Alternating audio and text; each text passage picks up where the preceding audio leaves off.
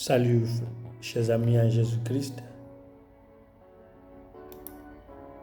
Nous méditons autour du premier dimanche de l'Avent, l'année C. Nous méditons sur la prophétie de Jérémie, chapitre 33, du verset 14 à 16. 1 Thessaloniciens, chapitre 3, verset 14, au chapitre 4, verset 2, et l'Évangile selon Saint Luc, chapitre 21, de 25 à 28, et de 34 à 36. Dans ce premier dimanche de l'Avent, l'année C, notre thème c'est Emmanuel, notre justice. Emmanuel, notre justice. Pour commettre un péché, il faut sortir de la cour de la justice et de la droiture. Jésus, le second Adam, issu de la souche de David, devrait nécessairement venir comme un rameau juste pour exécuter la justice et la droiture. Raison pour laquelle il n'était pas étonnant que Saint Paul insiste sur le fait que le royaume de Dieu ne consiste pas à boire et à manger, mais à vivre dans la justice, la paix et la joie que donne l'Esprit Saint. Romains chapitre 14, verset 17. L'Avent. Selon le calendrier catholique, le calendrier liturgique catholique, l'Avent est la saison qui commence l'année liturgique. Il est né dans l'Église primitive comme une courte durée ou période de préparation intense à la célébration de la Nativité du Seigneur le 25 décembre. Cette saison est marquée par une attente pieuse et joyeuse comme un rappel de la première humble venue de Jésus, l'incarnation à Bethléem. Pendant la période de l'Avent, nous célébrons essentiellement la naissance terrestre de Jésus marquée par la liturgie du 17 décembre jusqu'au 24 décembre. Aussi comme une invitation à orienter nos esprits et nos cœurs vers la seconde et la dernière venue du Christ dans la gloire à la fin du temps, comme le juge, marqué par la liturgie du début du temps de l'Avent jusqu'au 16 décembre. L'Avent.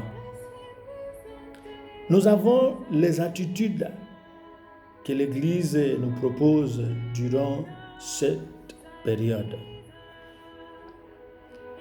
La première attitude, c'est celle de la vigilance, qui nous aide à concentrer sur l'essentiel de notre vie chrétienne et de notre vocation et à ne pas vivre de manière superficielle. La deuxième attitude est celle de la capacité de reconnaître le Seigneur qui vient à nous. Hier, vers le soir, à mon retour d'une visite, j'ai rencontré un garçon qui revenait de l'école, qui a voulu que je l'aide à traverser la route parce qu'il avait de l'embouteillage. Et j'ai senti qu'il avait peur. Mais ce garçon avait parlé une des langues locales du lieu et je n'ai pas bien saisi ce qu'il demandait et je lui ai dit que tiens, je n'ai rien compris et je l'ai laissé. Quelques secondes après, j'ai vu un homme qui l'aidait à traverser la route.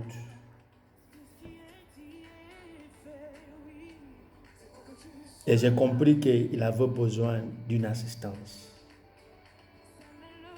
Pourtant, je désire rendre ce type de service, surtout aux enfants. Mais voilà, j'étais face à une situation.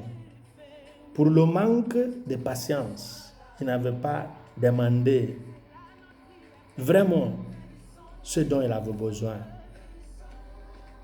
Il me suffisait simplement de lui dire que je n'ai rien compris. Cette deuxième attitude, c'est la capacité de reconnaître le Christ qui vient à nous.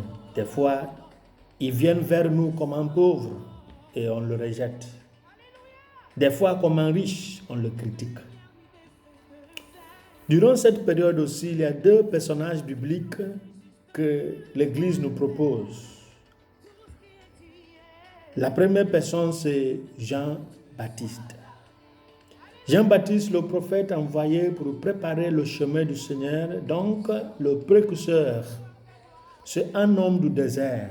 Autrement dit, la période de l'Avent, c'est une période du désert. C'est un homme de mortification. Autrement dit, nous sommes appelés à la mortification durant cette période. Non comme au temps du carême, mais à sa manière, il y a quelques demandes de mortification. Jean était un homme de prière et d'abstinence. Si ce personnage nous est proposé, c'est une invitation à l'imiter. Jean est rempli d'esprit, donc un homme juste, un juste précurseur du juste Messie. Dans sa kénose, dans son humilité, Jean a préféré être reconnu comme la voix qui crie au désert. Jean chapitre 1, verset 23. Il a préféré de s'identifier comme l'ami de l'époux. L'ami de l'époux. Jean chapitre 3, verset 29. Cette période, c'est une période d'humilité, de simplicité, d'accueil, de prière, de méditation, de l'abstinence, de mortification et d'espérance. Nous avons une deuxième personne que l'Église nous propose, la Vierge Marie. La Vierge occupe une place particulière dans l'histoire du salut. Elle est pleine de grâce. La Vierge qui a fait la volonté de Dieu et a apporté le salut à l'humanité. Luc chapitre 1, verset 26 à 28. En elle, nous contemplons les merveilles de la grâce de Dieu et nous demandons son intercession pour que nous puissions nous aussi accepter de tout cœur la volonté de Dieu et apporter la vie à ceux qui ont besoin de notre assistance. Toutes les personnes que nous rencontrons. Emmanuel, Dieu qui est avec nous, est notre justice. À la lumière de la première phase de l'Avent, du début de la période jusqu'au 16 décembre, l'Église présente l'image de la venue finale du Christ comme le juge. Cela nous invite à une attente vigilante dans une sobriété totale. Pour être dans l'attente, le Seigneur va nécessairement fixer nos regards, nos cœurs à sa venue. Fixer nos cœurs, fixer nos regards sur la venue finale ne suggère pas une existence passive dans ce monde qui passe. Elle doit être vécue activement par l'amour du prochain et la sainteté. Elle doit également être vécue dans le développement et la protection de notre environnement, à l'instar des bons entendants productifs qui ont investi le talent de leur maître et en ont retiré des fruits, dans la parabole des talents. Pour ce faire, les personnages de l'Avent, Jean-Baptiste et la Sainte Vierge Marie, nous sont donnés comme modèle dans cette ascension spirituelle. La vigilance active, la capacité de reconnaître Jésus qui vient à nous.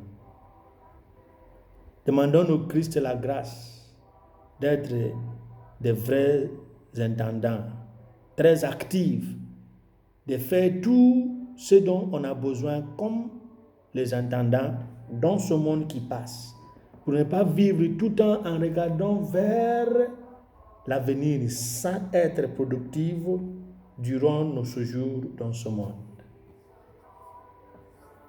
Que Jésus qui nous vient comme Emmanuel, Dieu avec nous, notre espérance, reste toujours notre justice. Que tous nos péchés soient reconnus et que nous restons reconnaissants de nos péchés et que nous demandons au Seigneur la grâce de nous aider à surmonter la faiblesse de notre chair. Qui nous bénisse, le Père, le Fils et le Saint-Esprit. Amen.